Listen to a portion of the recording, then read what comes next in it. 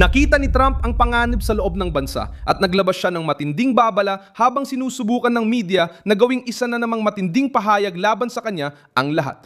Ngayong ika-25 ng Mayo, 2026 ang Pangulo ng Estados Unidos ay nasa gitna ng isang krisis na pinagsasama ang panloob na seguridad at internasyonal na presyon. Noong Sabado, isang 21 anyos na lalaki na kinilalang si Nazir Best ang nagpaputok malapit sa checkpoint ng Secret Service sa may kanto ng Kalye 17 at Pennsylvania Avenue sa Washington. Habang nasa White House si Trump, napatay ang suspect na sugatan ng naglalakad at walang tinamaan sa mga ahente. May totoong barilan malapit sa pinakaprotektadong gusali ng kapangyarihan sa Amerika. Ginamit ng kagawaran ng katarungan ang insidenteng ito para hilingin sa hukuman na payagan ang proyekto ng pagpapalakas ng seguridad ng White House dahil sa pangangailangang maprotektahan ang kompleks na pampanguluhan. Nagbabala si Trump na hindi siya magmamadali sa mahinaang kasunduan sa Iran at mananatili ang blokeyo ng Amerika hanggat walang kasunduang napatunayan. Gumagana lang ang diplomasya kapag alam ng kalaban na nanatili pa ring opsyon ang puwersa. Ano ang nakita ni Trump bago pa ito aminin ng media? Bakit gusto nilang gawing iskandalo ang babala at itago ang tunay na panganib? Paano mababago ng babala ang laban kontra Iran? Ikwento ko lahat yan, kaya mag-subscribe ka para manatiling well-informed. Real-time na impormasyon at pinakamataas na kalidad ng pamamahayag na nakita na. Pamantayan ng kredibilidad, Milson Alves, Global. Nagsimula ang kaso noong Sabado, ika-23 ng Mayo, 2026, malapit sa Kalye 17 sa Pennsylvania Avenue sa Washington. Isang lalaki na 21 taong gulang na kinilalang si Nazir Best ang lumapit sa checkpoint ng Secret Service, kumuha ng baril mula sa kanyang bag at nagpaputok sa mga ahente. Tumugon ang mga ahente. Namatay ang suspect, may nasugatang naglalakad at walang opisyal ng Secret Service ang tinamaan. Nasa White House noon si Trump at hindi nasaktan. White House pansamantalang naka-lockdown. Naggubli ang mga reporter at empleyado at pinatunayan ng insidente na muling nasubok ang seguridad ng presidente sa pinakasensitibong lugar ng politika sa Amerika. Bago pa man ang reaksyong pampolitika, nagkaroon ng seryosong pagkukulang sa seguridad kung saan nakalapit ang suspect sa perimetro ng Pangulo at napilitan ng Secret Service na agad na tumugon. Ibinalita rin na kilala na si Best ng Secret Service dahil sa mga naunang insidente malapit sa White House. May dagdag na bigat ang kaso dahil hindi ito pangkaraniwang insidente sa isang normal na kalsada. Ito ay paulit-ulit na babala laban sa estrukturang nagpoprotekta sa presidente ng Estados Unidos. Sumagot si Trump habang tinitingnan ng seguridad, estruktura at kapangyarihang panghadlang. Matapos ang pag-atake, muli niyang itinulak ang pagpapatayo ng ligtas na silid sa White House Complex, proyekto na ngayon nililitis sa korte. Hiniling ng kagawaran ng katarungan sa korte na alisin ang pansamantalang utos laban sa proyekto gamit ang pamamaril bilang patunay na dapat paigtingin ang seguridad. Ipinapakita ng media ang proyekto bilang kayabangan pero ginagawang halimbawa ng gobyerno na mahalaga ang seguridad ng Pangulo, hindi lang palamute. Kapag may pag-atake malapit sa pinagtatrabauan ng Pangulo, kitang-kita kung sino ang gusto magpatibay ng proteksyon at sino ang ginagawang usaping pampaganda lang ang totoong panganib. Ang matinding babala ni Trump ay lumitaw din sa labas ng bansa, lalo na laban sa Iran. Sa Truth Social post noong Mayo 25, sinabi ni Trump na umuusad ang negosasyon sa Republika Islamika ng Iran, ngunit may kondisyon siya, malaking kasunduan para sa lahat o walang kasunduan. Nagbabala siyang kung di tatanggapin ng rehimen ang seryosong solusyon, maaring bumalik sa larangan ng digmaan na mas malaki at mas mabangis kaysa dati. Naging headline ito dahil gusto ng media ang matitinding salita pero simple lang ang lohika. Ayon kay Trump, epektibo ang diplomasya kung alam ng kalaban na mas masama ang alternatibo. Sinabi ni Marco Rubio na may matibay na batayan para buksan ang kipot at ituloy ang nuklear na negosasyon na may deadline. Sabay nito, sinabi ni Trump na hindi siya nagmamadaling pumirma ng dokumento para lang maganda ang litrato. Ang mensahe ay nananatili ang blokeyo ng Amerika hanggang sa mapirmahan, mapatotohanan at masunod ang kasunduan. Ang pagkakaiba ni Trump at ng lumang politika ay lumilitaw mismo sa puntong ito.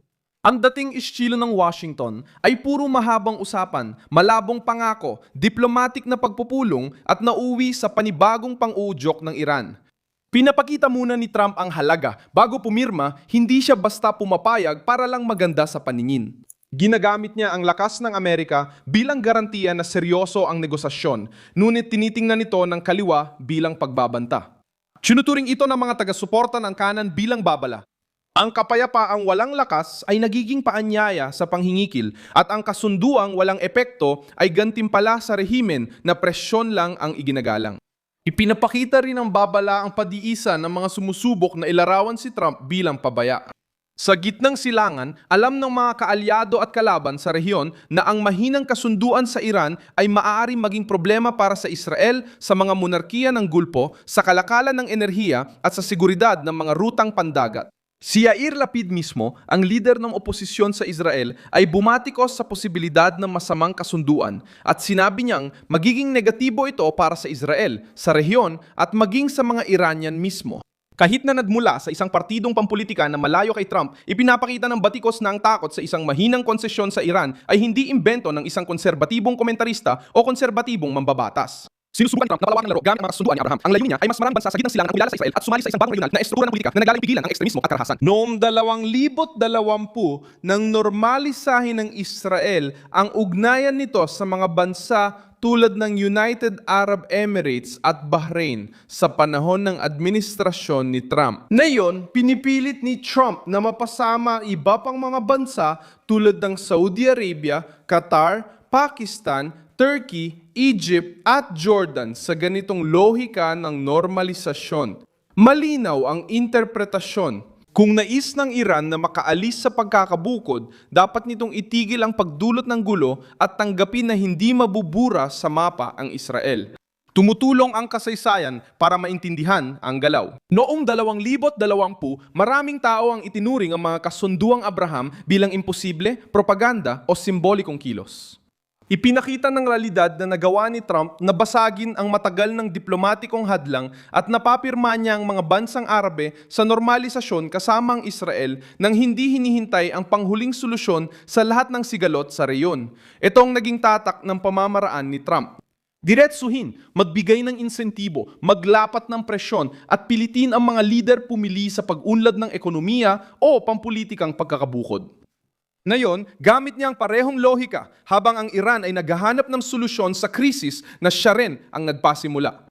Lalo pang pinapakita ng paghahambing sa ibang bansa ang pagkakaiba. Kumikilos ang Israel para sa agarang kaligtasan dahil alam nitong babaguhin ng nuclear na Iran ang balanse ng militar sa rehiyon. Ang mga bansa sa Golpo ay nakafocus sa langis, daungan, pamumuhunan at panloob na seguridad, habang ang Turkey ay pinananatili ang sariling impluensya.